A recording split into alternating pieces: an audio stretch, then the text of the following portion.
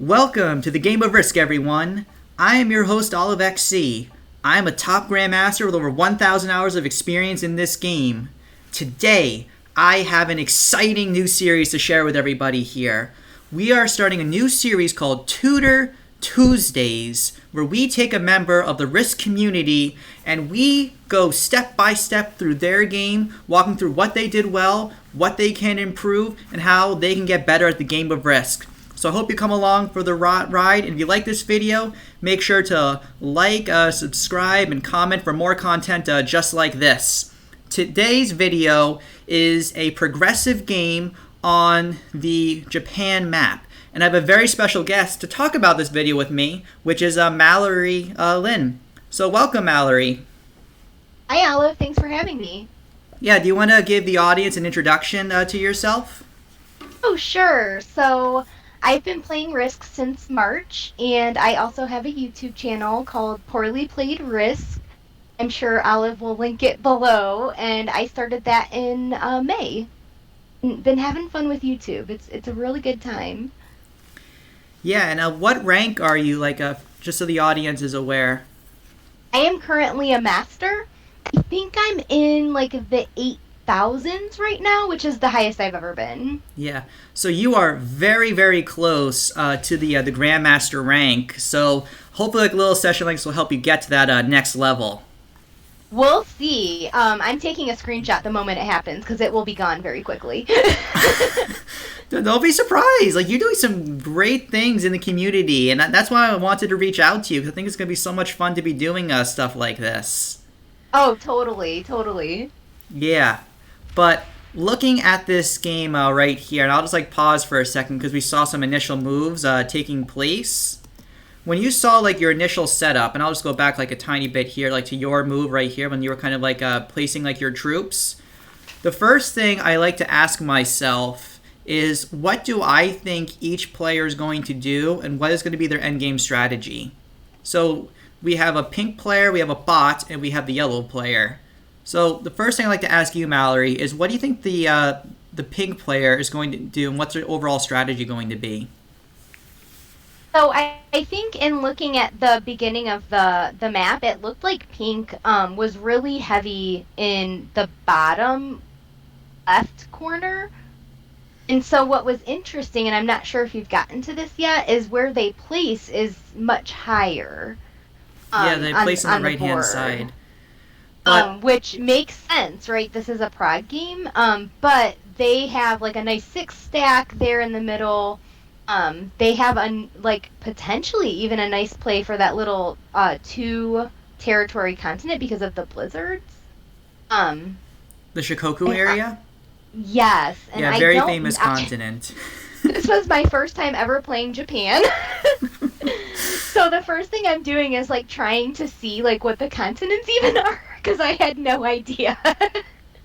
Yeah. So and progressive, just so the audience is aware, the goal is to spread out around the map as much as possible in different areas, and then you want to be able to take out players for their cards once it becomes worth it.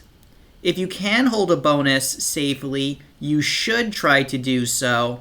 However, if you can't do it, or you feel your opponents are going to attack you, it's best to just spread out.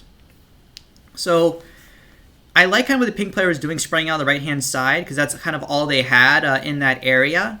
Also, you see the continent here, on the left-hand side, not the islands in the upper right, but but they could potentially go for that continent there. And as for the area of Shikoku, that too, you see how yellow has that 4 there? Yeah. Most likely, I would expect the yellow player to go for that. And so that is why I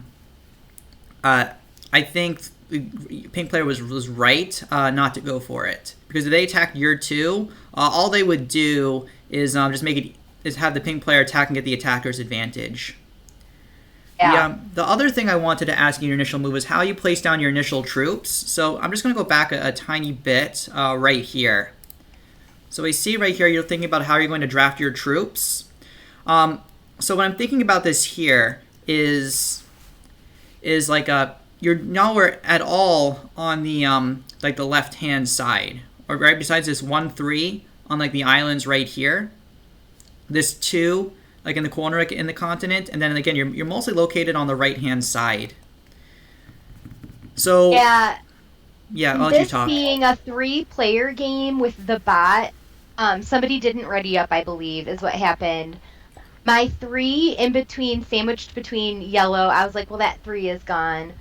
It also seemed like yellow and pink were really heavy around like my 2, my 2, my 3. And sometimes in random lobby games, um, you don't know how people are going to do the progressive, you know? Yeah, so you So I place. think that can be tough, you know, in you're like, do you get heavy over there and hope that they aren't gonna do continents and take you out, or do you focus on one side? So I will say that I was very, very worried about my initial position because I was surrounded by the bot on one side of the map and really light on the other side of the map. I also knew Yes. those islands, people fight over them. Like that was the one thing I knew just from some videos I'd watched of this map. Yeah. The only thing I saw like within your turn was you see this territory, this region right here, like in on like the main island where where there's like the red 5, the red 3, and the red 1. Mhm. So this is a bot. You know how bots have different personality types and how they may want to play the game. Yes. So it looks like this bot was just attacking kind of randomly. So you got kind of lucky with the bot type. But if this was a continental bot, how would the bot have attacked? Yeah, my fours probably would have been gone. Yes, that's exactly right. So you always have to think to yourself, when there is like a bot, what are different types of bot options that are available, and how do you want to proceed against them? A general rule of thumb is I recommend staying as far away from the bots as possible, and once you know the style of what they do, you can react accordingly. This bot seems to attack aggressively, what I see based on their first turn. They aren't what I call a rampage bot, where they just stack everything in one area and attack a bunch in a line, but they're not truly just continental. Otherwise, it would have probably hit your 4 like on the first turn for a very high likelihood. But I probably would have fortified your 4 away from the red bot. Yeah. Yes. So continuing on, the yellow player is doing what I was thinking, taking the Shikoku area. They also then attacked this area right here. This like 3v2. What do you think about that move? Don't do a 3v2 unless your life depends on it. Yes, but why? It's a very, very risky roll. I mean, I lose 3v1s all the time. I lost everything on that, and then he does another one, I think. You did a 3v1. All just to fortify to have 2 4s. Not Yeah. sure about that. Not sure about that at all. Yeah. So now it looks like the pink player again doesn't really have a strategy like in place. They could have either just attacked yellow like right away, or but now it looks like they're just trying to get a continent. They're clearly seem to be a weaker player at this time because they're lacking a strategy, not really kind of spreading out as much, and they're setting up the yellow player to get a significant lead. So here we're seeing that you're kind of like placing a lot of your troops in the center, and now you're moving your troops out of like the potential bot's continent, which is I think a good move. Yeah, so now we can see right here, the bot is making like I guess some attacks where they are hitting you. Do they do the 5v3? They do not do the 5v3. So they're being smart. They're not being a pure continental type like attack. But now we see, I think, a very interesting part about this map, and that Shikoku continent is very, very unbalanced. Like, do you see how many troops the yellow player got? 9 troops. It's Yeah. like turn 2. Yeah. And now, another thing to keep in mind, like Mallorie, is that how will you be able to defeat the yellow player if they're getting that many troops with progressive cards? Right? Like, they're getting so many more troops than you right now, right? Yeah. We would have to hope that the pink player attacks them. But otherwise, you have to think in the back of your head. With the yellow player getting a significant advantage like this, trying to get continents, if they expand a lot more rapidly than the cards increase in value, because again, the initial sets are only something like 4, 6, then 8, then 10 troops. We can see right here that the yellow player can easily outgrow and just defeat everyone on the board if you're not careful. Yeah. So what would be your game plan to try to come back from that and prepare for that? So I am thinking, what can I do to get a continent? And as you can see, it's not looking great for me, right? Like there's really no good continent for me. And so at this point, I'm kind of just like hoping and praying at yellow and pink being neighbors the way they are, that maybe something goes down. That kind of becomes my only strategy, is trying desperately not to get eaten by a bot and hoping the other two humans focus on each other, which I think in a 3-player game is kind of a strategy I use a lot. Is like, can I get these other two people to hate each other? Yes, it's a lot of kind of like hoping. The only continent I could have potentially like see you go for is, you see the continent where the red 6 is attacking right now. You could have potentially gone for that continent right there and hope the other players leave you alone. Really, only the pink player could have attacked you because the yellow player only had a 4 there. If you took out that yellow 4, yellow would be stuck all in the middle right here. So it's potentially like an option for you. Oh, I hadn't even considered hitting those 4s.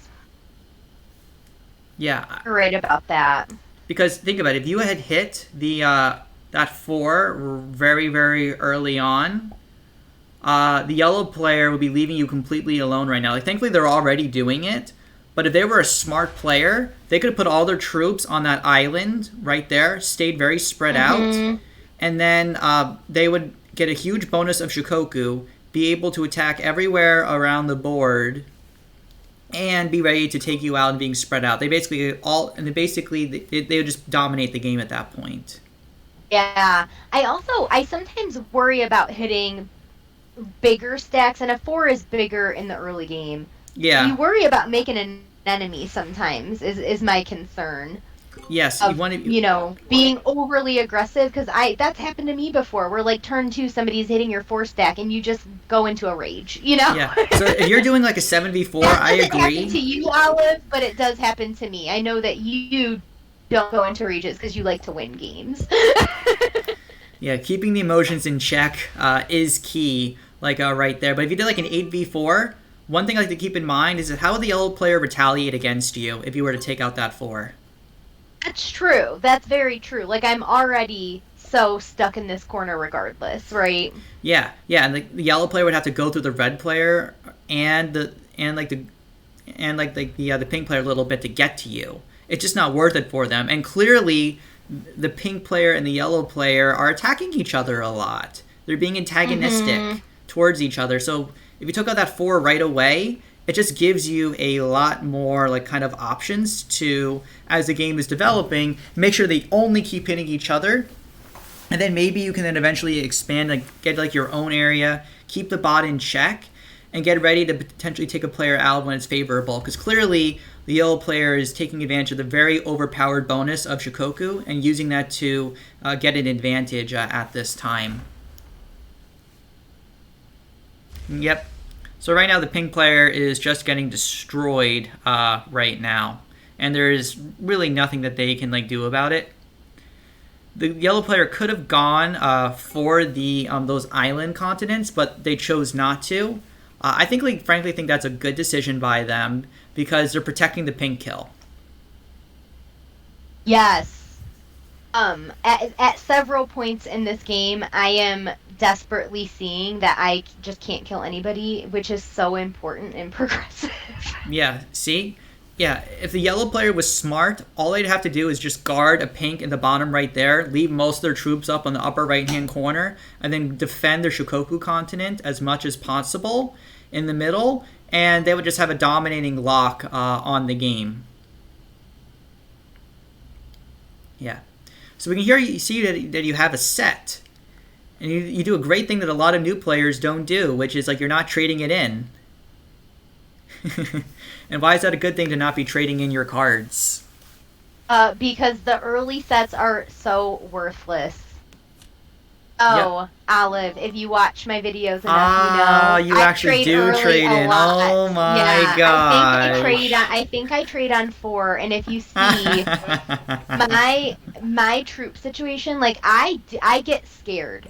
I trade early often, and it's because I get scared. And Olive, it is almost always a mistake. There's been like 2 times where I was like, that was the right decision. Yeah, More times than not, like 3 turns later, I'm like, why did I do that? yeah, because think about it. Nobody can kill me at this point. So it's like I don't know why I'm so scared. Yeah, because think about it. What did the pink player just do? They put a 10 by the yellow player's 9, right? What has the yellow player done during this whole time here? Like they've been attacking the pink player. So why would the pink player just change their mind and go, or the yellow player goes, oh wow, the green player's at like 5 cards. Let me just go suddenly kill them. Like no, it's very unlikely that they're going to do that. And even if they could, they can't. Especially if you just took out that yellow 4. Like I said, as long as the yellow 4 is in the upper right-hand corner, they can easily at any time just develop a huge advantage. Yeah, I'm realizing now watching this back that really would have been a much better strategy for me because I could have pushed downward and not really had pink or yellow near me. Yeah. Oh, I think keeping a little bit of pink by you is good because clearly the yellow player is going to slowly but surely destroy pink, and then maybe you can then get their cards at some point. But you can see if you didn't trade in, you'd have about 8 extra troops or so. The yellow player would have done this entire move anyway, where they're just dominating like over the board, like as you see like right here. And now they have 3 continents. If the pink player does not break the yellow player hard, they're just going to grow extremely rapidly and like take over the game right here. Yeah. And since you traded in, there's nothing you can really do to like retaliate like against like this move. This is just again a design flaw like with the map. The Shikoku continent ideally should only be like a +4 or like a +3. Now we can see right here the pink player and the yellow player making a horrible mistake attacking each other. Right? And why is this a dumb move? And pink goes at them hard. Hard. They aren't able to break those islands. They have like almost nothing left. And in fact, is this when I kill them? No, maybe it's not. It wouldn't be worth it, right? Well, because think about it, you can't physically do it right now anyway. Also, no, spoilers, Mallorie. I do keep trying. I might not kill them. I can't remember. I just played this game. I already can't remember what happened. I was really focused on breaking this bot a lot, though. And that's another mistake I make a lot is I get very afraid of bots. And I can beat a bot, but I'm always afraid the bot is going to like take out one of my stacks. And so I hate being neighbors with a strong bot. And so you'll probably see I keep wasting a lot of troops on this bot. And I think it's because I was like afraid that, hey, I'm already pretty weak. Yellow is super strong. And I've got this like crazy bot as a neighbor that can just like trade in and like wipe me out. Yeah. And you're seeing right here the pink and yellow players are making a very horrible mistake where like they're just overly attacking each other.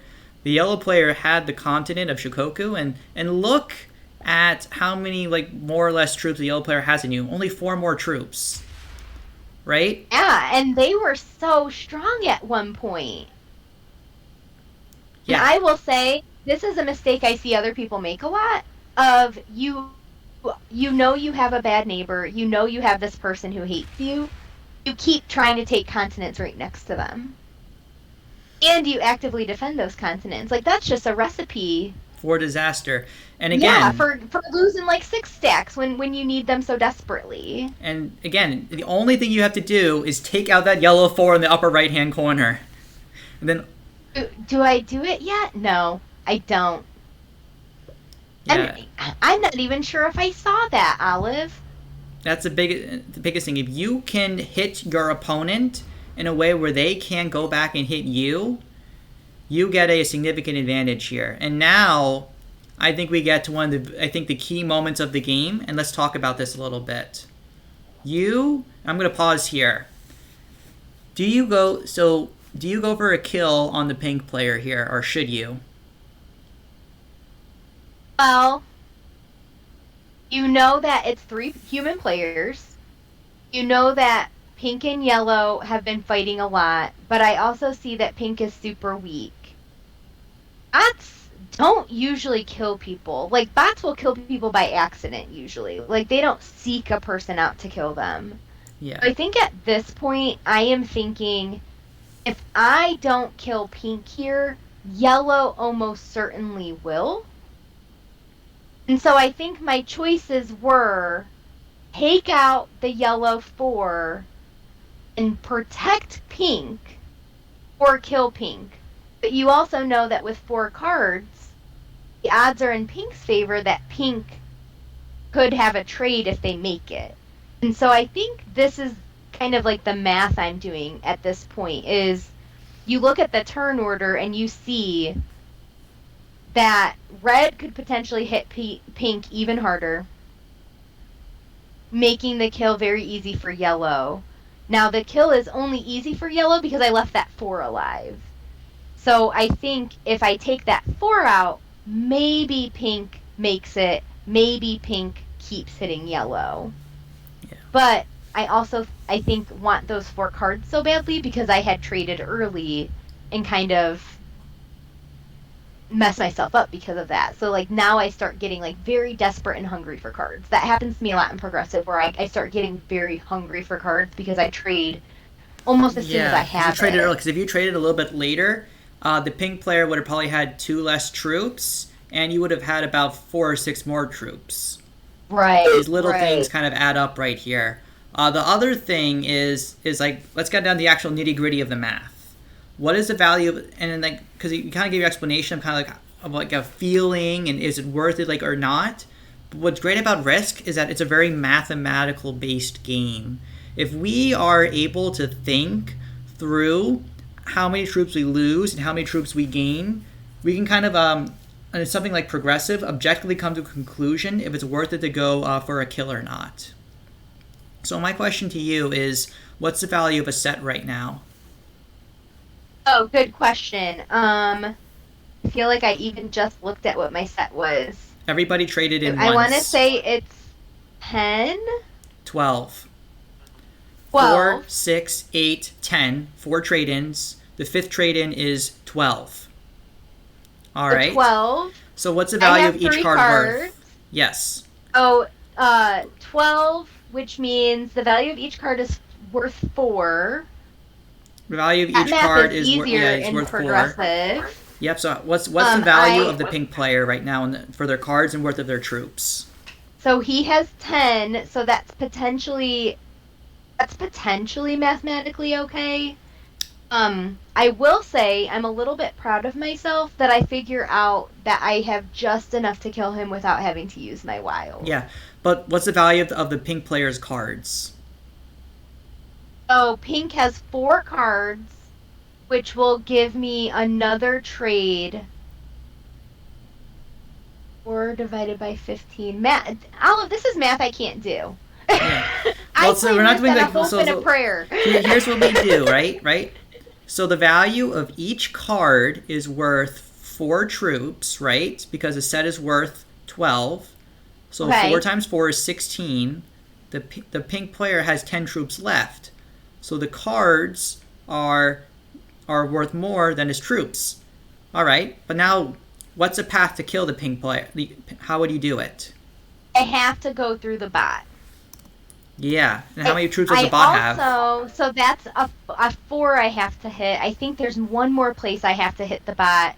I also look at it, Olive, though, as what is the opportunity cost for me if yellow gets those cards instead of which me? is huge. So So it's worth it to that's something go. I think about too, is like not just how much troops I get out of the transaction, Yeah, and but by the way, this is can some I very good afford for rolls right my here. opponent? Yeah, I get great rolls. You lose one on And, that 4. and I don't have to use my Joker, which is great because I never have trade done for. So it always breaks my heart when I have to use a wild Yeah. card. I think, though, it would have been worth it to trade in because you had to have amazing rolls to get enough to do all of that. Right?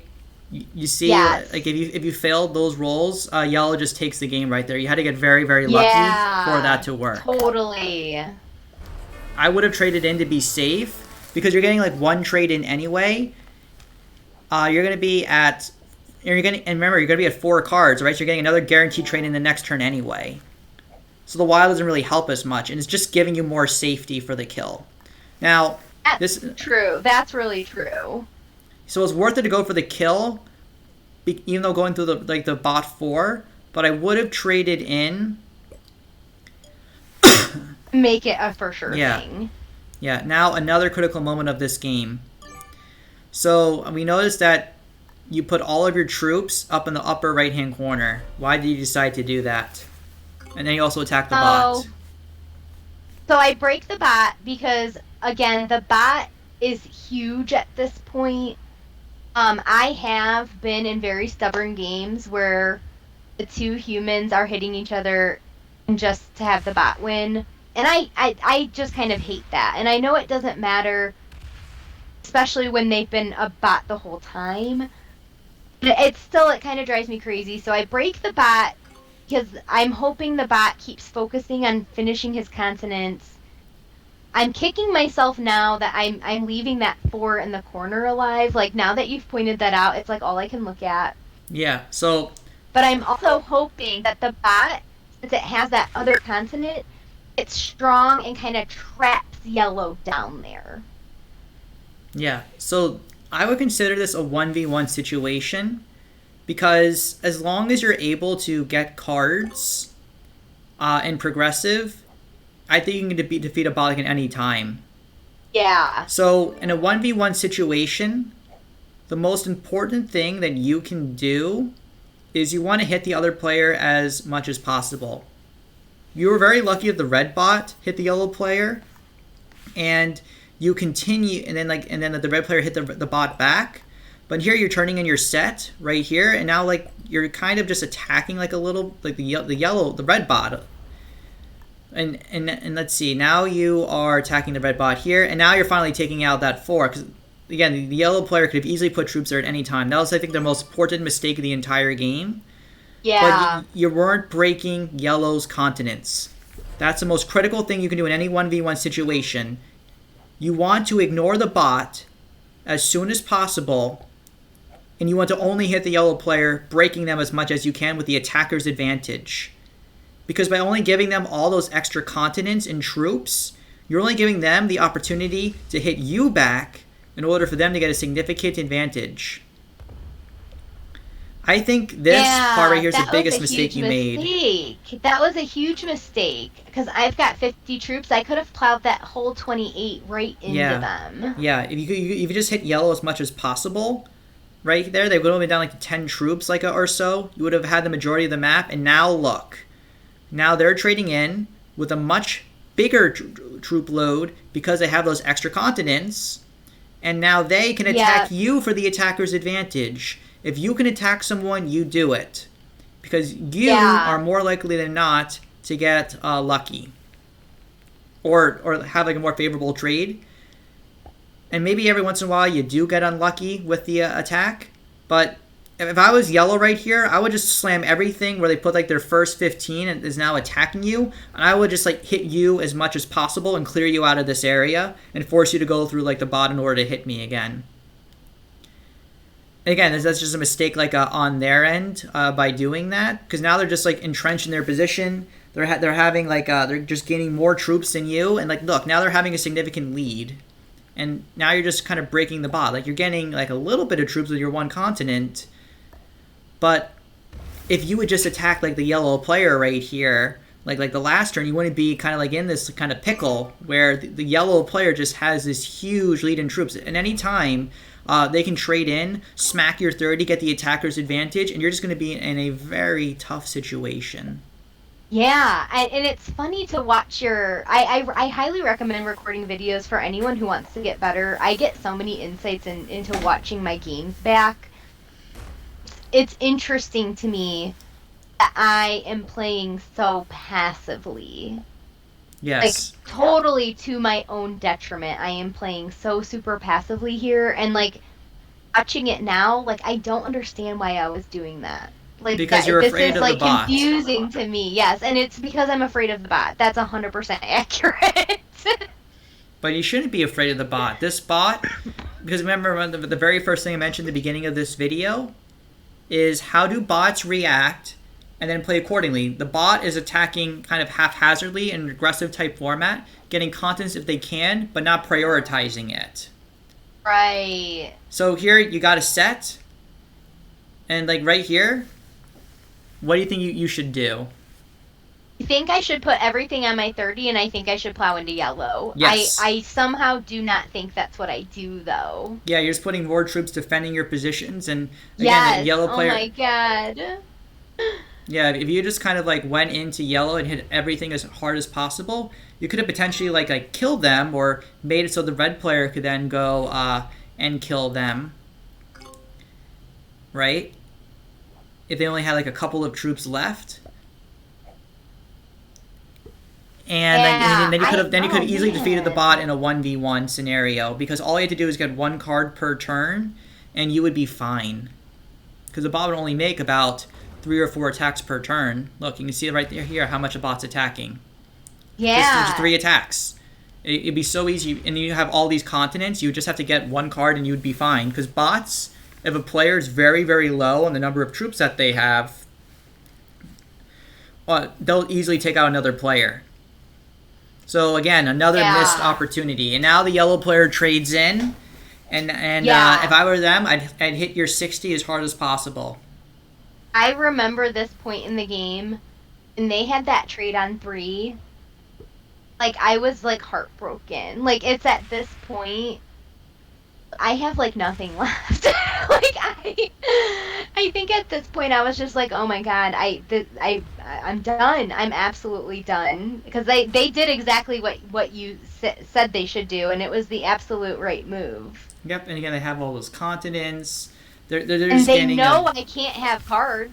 Like, they know I can't have cards. And now, and again, remember I told you before about taking out that yellow 4? How do you retaliate against them? You can't. Right. You I'm, should like, retaliate against another trapped up player here. if they can't attack you back. Now you have to go attack a 6. Again, you're using troops. Now you're attacking the red bot a little bit more, I think unnecessarily, because the red bot, I think, is unlikely to go into you and hit you. If you want them to get as strong as possible at this point, because you want to create a barrier between the yellow player and you, so that make it as hard as possible for them to get to you. But right now the situation is dire. So we can see I'm afraid at this point of getting killed by a bot, which I feel like is potentially it's unlikely. Like the lowest point for a Risk player is to just get taken out by a bot at the end.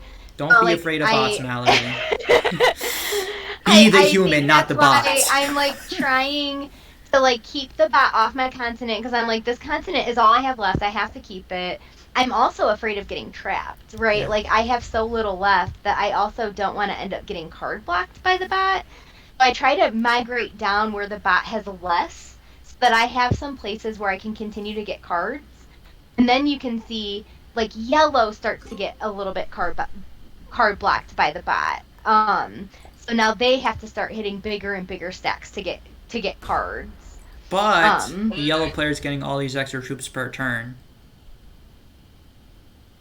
So it's kind of making up for it, right? Even if they have to hit a 10, if they're getting extra 15 troops, like you're like 7, they can still like be okay. Like, and now you're putting a lot of troops into a bot. I think the biggest thing you can take here, Mallorie. I pour so much into this bot. because you're so afraid of the bot getting strong and killing you. But you're not worried about the biggest threat on the board, which is the other player. Right, right. Don't be afraid of bots, Mallorie. Humanity is greater than the bots for now. You know what though? When our robot overlords take over, I'm gonna tell them you said that. If our robot overlords are an AI bot from Risk, then we're gonna have a lot of problems. You know that's what we're gonna get stuck with. Oh gosh, I'd rather just have the Terminator bots just take us over at that point. Like literally anything except the AI bot. Yeah, Skynet, come help us. Oh gosh. Yeah, but we'll just speed through this turn like right here, because again, the yellow player isn't really doing too much. They're just taking a card and moving through, and now you're trading in your set, and again, it's hard for you to do something because again, the red player is kind of just stuck between you right here. Oh, you're 69 troops in one spot. Aw, do you have General Dab? No, I've been looking for it every single day. Yeah, and now again, you're attacking the bot. Like, this is, I think, the biggest lesson right here. I think I'm trying, because I know he's got all those continents and all those territories, like, I'm trying to be like, okay, can I maybe start to take over this half of the board, and we have the bot in the middle, as I think what I'm thinking? Yeah. Don't know that it was a great plan, but it was like, I was trying to think of something. Yeah, because you're trying like to come back like at this point, because again, there's not really much you can do to hit like the yellow player, because you have to go through so much red. You want them to at least try to come to you at this point. And again, so you're just trying to create like a barrier, and like luckily enough, you do have this amazing barrier. You get pretty lucky right here. Oh, big time. And I also noticed from the beginning, yellow is really prioritizing these continents. Like, they do hit pink aggressively in the beginning, but it's primarily because they want pink's territory, and I think they don't want pink behind them, right? Yeah. If they just put everything in one area. I banking on that. I bank on the fact that they are really kind of buffing their borders. They're not one stacking. And when they hit that big 33 of the bot, that is starting to be my saving grace, because I'm like, they are starting to hit this bot even harder than I am. Yeah, they just lost a lot of troops. Maybe that can start to be to my advantage. Yes, because when the continents or the cards get very big, it becomes a lot better to, again, go for card kills rather than to go for the bots. So again, like now the troop count's getting a lot closer together. So key decision time right here. Should you attack the yellow player at this point with that 67? Oh, I think I thought about it, especially because you know that they can't have cards for a while. I do think I thought about it. Yeah. But I was worried about having bad rolls. I had really good rolls, earlier in the game. Sometimes I feel like that comes back around on you, like a little bit of karma. So I'm like, man, if I hit that 39 and I get a bad roll, now I don't have enough to break more than just one of their continents. Yeah, but you can't be afraid of that, because most of the time you're gonna get good rolls. And if you're gonna get and most of the time you are gonna get a good roll, you have to go for the highest statistical likelihood. If you always play afraid, the other players who aren't afraid to make those big moves on you are gonna make those moves. Here, the yellow players just continuing to make a mistake by hitting the bot, as we can see, like right here. But again, the key thing is you can't be afraid of them. I think that's like the biggest lesson that you can take. Mallorie, you're a master ranked player. You are so close to the Grandmaster level. You can crush a bot in your sleep. You can probably direct your husband to crush a bot in their sleep. You can do it, Mallorie. You're so cool. So true. Right? I do though. I get scared in this game. Like, I play this game scared.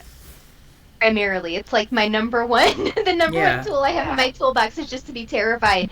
And you can see here, like, this is when I'm really starting to be like, what do I do here? Yeah, well, you have to keep getting cards. Otherwise the yellow player is going to kill you. But now I kind of keep hiding behind the bigger and bigger bots stacks. Yeah, and I have no Like set at that's what 4. I'm kind of using this bot as like my shield. The no set on 4 is kind of like a signature of mine. And that's when I'm like, okay, so I for sure lose this game now. Yeah, because the yellow player is doubling you like in the troops, so you didn't attack them earlier. They're building up a significant advantage, but they're wasting it by putting all these troops in random locations, as we can see, and just taking their time. I'm just speeding through like a little bit. And again, they can do so many things to try to like be building up an advantage over you. Yeah, I think their biggest mistake here is that they've got like 230 stacks protecting 2 continents, where if they took out that bot 24, they could combine those and they could have just 2 big stacks Or protecting they their can just whole put back everything together to end. one big army and just kill you. Yes. Yeah. Yeah, why didn't they? Because again, they're just playing way too passive right here. And now we can see, I think, like a key moment of the game. The red bot is basically kind of again acting as a barrier like for you, and that's what's kind of keeping you like alive, like funnily enough, because you never like went through and attacked them. So now like a weird mistake you went in the first place of never hitting the yellow player when you had the opportunity to, now is kind of becoming like your advantage. So in a weird way, the decisions you made before that were kind of like not the most optimal way now is kind of leading into this weird 1v1 situation where it's actually the right thing to do to let this bot stay strong. Yeah, I could have won this game like 20 minutes ago, but since I didn't, now this weird backward strategy is like finally starting to pay off for me. It's like very strange. Yeah. Yeah, and now again the yellow player is just ruining their advantage. Look, they just hit another like a 26, losing like 20 troops like right there. Again, they're so far ahead of you like right now, but there's so much that you can do. So again, now the sets right here are at like a 65, as we can see like here. You could go for a kill in the red, but it probably would not be worth it. So again, looks like what you're doing here now at this point is like you're just hitting the red bot a tiny bit, and then taking a continent here, and now leaving a strong border for yourself, which seems okay because again the yellow player can retaliate because again they have so many of their troops trapped. Guys, if you are playing in a progressive game, don't leave your troops trapped like this. Yeah, Because now look, I think this is when I noticed that they have so much trapped behind themselves. I also, bots are attracted to big stacks. yeah, in this case, and the bot can only attack one thing safely that turn, which is the yes, 46. So that was a the good bot move on finally your works own. in my favor here. Finally plows into them. Yeah. Now, question for you. The trades, I think, right now are worth like about 75. Should the yellow player kill the red bot? I would say no, only because he only has 2 cards. Well, what's the value of each card? Okay, so 70. Oh, maybe. So each card would be worth like 25 troops. Yeah, 22 to 25 troops. So it's actually worth it, I think, to go for it at that point, if they wanted to. But if you then had a set, you can then just retaliate and hit them. Yeah, and I know Yeah, having a set on 3 is unlikely, but I think if it were me in Yellow's position, I would have just taken that trade and plowed into me. yeah. Although, if you had a set or had like extra troops, think about it, you have a 48 stack and 51 stack. Because the yellow player let so many of their troops trapped, you could have then taken out the red player, then got another trade in that was worth more than the value That's of their cards, true. and then hit the yellow player back harder. That's true. And I will say, this is when, like, I notice Yellow kind of runs out of time. That's kind of a context clue for me. And I see that so much of them is trapped. And so this is when I realize that my strategy can really be keeping them trapped and finally breaking them. Yeah, because you can see like right here, they took out the red player, but they're not a fast attacker. Because again, they probably have their camera animations on. Everyone, if you're watching this video, keep your camera animations off. It's so bad to leave them on. Like, look how slow they're attacking. They're basically like someone's grandma attacking. Yeah, it's like a snail. Yeah, so now that it's a pure 1v1 situation, the yellow player's about to trade in. Let's see what you do. Hopefully, as we hinted at before, you want to attack as much as possible right here. Break everything as much as you can. Okay, so you break everything except the Shikoku. Oh, you lost 23 there. But I think you make one of your best moves of the game right here, where you leave all of their armies trapped, which is so nice. Because now, yeah, they're going to get those extra troops, but you're now ready to make a move. A lot less than they were getting. Yeah, so now they have this huge trade-in right here.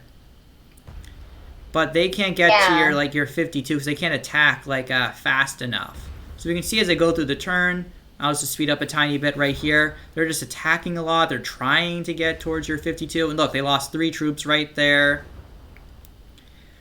And then Olive, like a gift from God, they run out of time.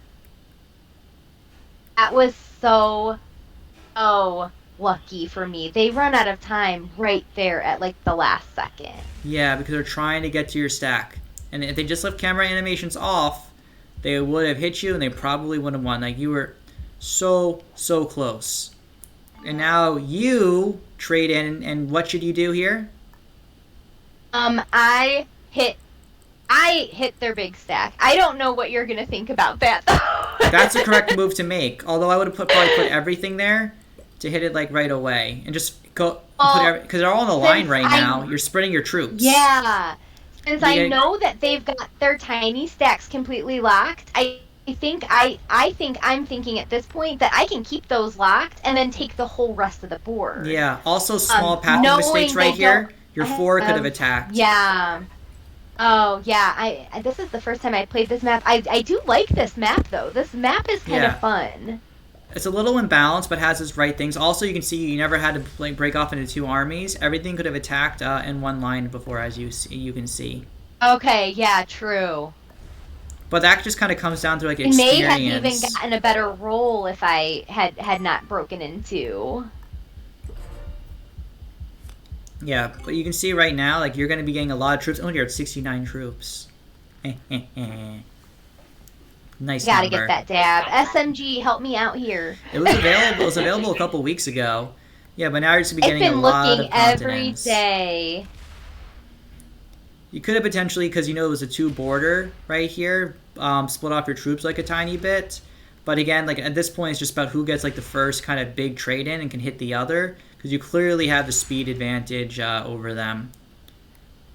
Yeah, so he's just attacking slowly, and now you're kind of doing what we said before. And once the bot's gone, like your mind's cleared, and now you're making some good 1v1 plays. Just don't be afraid of the bot. Yeah, I hate when there's a bot in the game. It completely changes my entire decision making. It really does. Yeah. And now we get to this point right here where you lose a troop and then you immediately blitz. But, Mallorie, question for you. Is a 26v27, which is what we can see right here, and you see you end up losing this because you blitz like right away, should you have blitzed right away? No. In hindsight, that attacker's advantage didn't do me as much as I was hoping it would. In hindsight, I probably should have given it a couple of slow rolls. Well, do you see? Whoops. See this screen right here? Yeah. On my screen. Sorry. So basically, for the audience watching, there is a link, and I'll make sure to put this in the video. Where basically there's like a a calculator that you can use, which allows you to look at what's the value of an attack. So you attacked with 26 troops, and the troops defending were 27. We calculate this. The balance blitz shows a 60% chance right here. And normally when we think when the number of attacking troops is less than the number of defending troops, the defending side always has an advantage. Because the majority of the time, you're attacking with very small numbers against each other. Yeah. However, as the troop sizes get larger, the attacker's advantage gets stronger. So it's actually better if, as the troop sizes continue to get bigger, that even if you have less troops on the other side, to still attack because you still get the advantage. So since the odds are above 50%, you should have blitzed. It was the right move. Awesome. Yeah. And I think I got a pretty good roll. Like, he only had 3 left, I think it was. Which is better than nothing, but I was really hoping to take him out of that whole side of the map. Yeah. This is another calculator that you can see, like right here, that calculates true random odds if you weren't using a balanced blitz. And you can see right here, everyone, the attacker winner percentage is 57% right here under true random. And under balanced blitz, it's 60%. Because as the odds get higher than 50% in true random, balanced blitz rewards that by adding on additional percentage of the attack. You can see math is such a good, important element to this game. If you know the math, you can make the best moves to give you the best chance of winning. Some of us are not good at math, though, Olive. But like, if you do this math like outside the game, then you know when to go for the move right here. Yeah, so you went for that big attack. That calculator is helpful. I have used that calculator before in doing 1v1s on caps. When knowing your cap rolls is so important. Yep. So we see no set on 3 here. And most likely, if the yellow player has a set, they're just going to like take you out. So yeah, again, they're attacking it right here as much as possible. We're getting to the end of the game. Like you're on the back foot. All he needs is a set on 4, and you win. You're still getting a lot of troops, but again, they're keeping their 22 and their 37 trapped. Also, you can see right here, you split everything. You can actually attack all in a line right here. Yeah, this is, where being familiar with the map is so important. I wasn't seeing that those were connected, and I'll remember that for next time, because I do a lot of that throughout this game where I'm not realizing stuff is connected the way it is. Yeah, one thing that you can always do that I recommend is, like, on your turn, when the other players are taking a long time doing their move, just really think about the attack and what you want to do. Right? Oh, I can see you moving your mouse. Like, you're just like, yeah, I got to set on 4. They don't. I can win. This is when I know I win this. I was so excited because, as you guys can see, me winning this was not...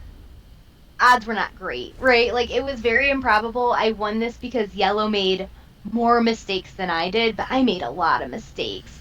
Yeah. And you'll see, even here, when we both have 4 cards, he is still not popping those stacks out. He is dying with that continent he's had this whole time. Like, he's going down with the ship, basically. Yep, all you got to do is just attack all in a line, which you do. And Mallorie Lynne making the move, taking out the yellow player, and wins the game. Ah. Yes. Got it. I was so proud of this one. Yeah, it was, again, a lot of crazy things happening on both sides, but I think, and you see right here, the yellow player was a master. Yes. Like, what? I was surprised by that. This was 2 big dummy masters making a ton of mistakes against one another. And you know what I think is interesting about that is we are probably both more experienced playing worse players, right? So when you are in random lobbies and you're playing people who have no idea what they're doing, your mistakes aren't as consequential. He has probably played this map a ton of times. It was likely his lobby I jumped into. And he knew if he could get that tiny continent and hold on to it tight, he would be able to run the board. What he wasn't expecting was somebody who was able to path around him and keep him locked. Yeah. So you win some, you lose some, but like in this particular case, I think him keeping some of his stuff locked ended up being my saving grace. Yeah. And so I think to summarize the key lessons of this game is 1, in the first turns, always anticipate what your players are going to do. 2, Don't attack in the beginning so aggressively and progressive. It's about spreading out, taking contents when you can, and then preparing to kill other players when it's worth it for their cards. And there's a big math element behind there to do that. 3, if you can attack a player where they can retaliate against you, like you can attack that yellow 4 in the upper right-hand corner, you'll want to do so if they can retaliate so you can gain the advantage. And then finally, most importantly, don't be afraid of the bot. We are so much better than Risk AI bot. If you're in a 1v1 situation, you aggressively attack the other player as hard as you can. You lower their bonuses, and if you, as long as you keep your camera animations off, you attack as fast as possible. You can get the win. But Mallorie, this was such an exciting game. It was such an epic comeback. You bring like the Tuesdays and Tutor Tuesdays. Like, oh my gosh, this is a great inaugural episode. Yes, thank you so much for having me. This was so invaluable. I really invite people to take advantage of this. Olive knows what he's talking about. I've played with Olive many, many times, and he sees the board in ways that many of us aren't going to. So I hope other people take you up on this, because this is going to change my game, I think. Yeah. And if anyone else is interested in being part of a Tutor Tuesday, all you need to do is 1, be subscribed to like this video to my channel. 2, you just need to be on the Risk Discord, and then you can message me from there. And then finally, you just need to be able to upload a video. There's free software that you have that I can share with you that you can download and use, and then send to my Risk email account that I can share with you privately through DMs. But this was, again, such a great episode. So again, to everyone watching, if you like this video, be sure again to like, subscribe, comment, and let me know what you thought about this. We are so close to 100 subscribers in just over 1 week on this channel. And if we can get to 100 subscribers, I will do a face reveal for my my thank you video. So hit that subscribe button. Let's get that face reveal. And let's keep growing this channel to where it can be. And I hope you all enjoy the rest of your day. This is OliveXC and Mallorie Lynne from Poorly Played Risk, signing out.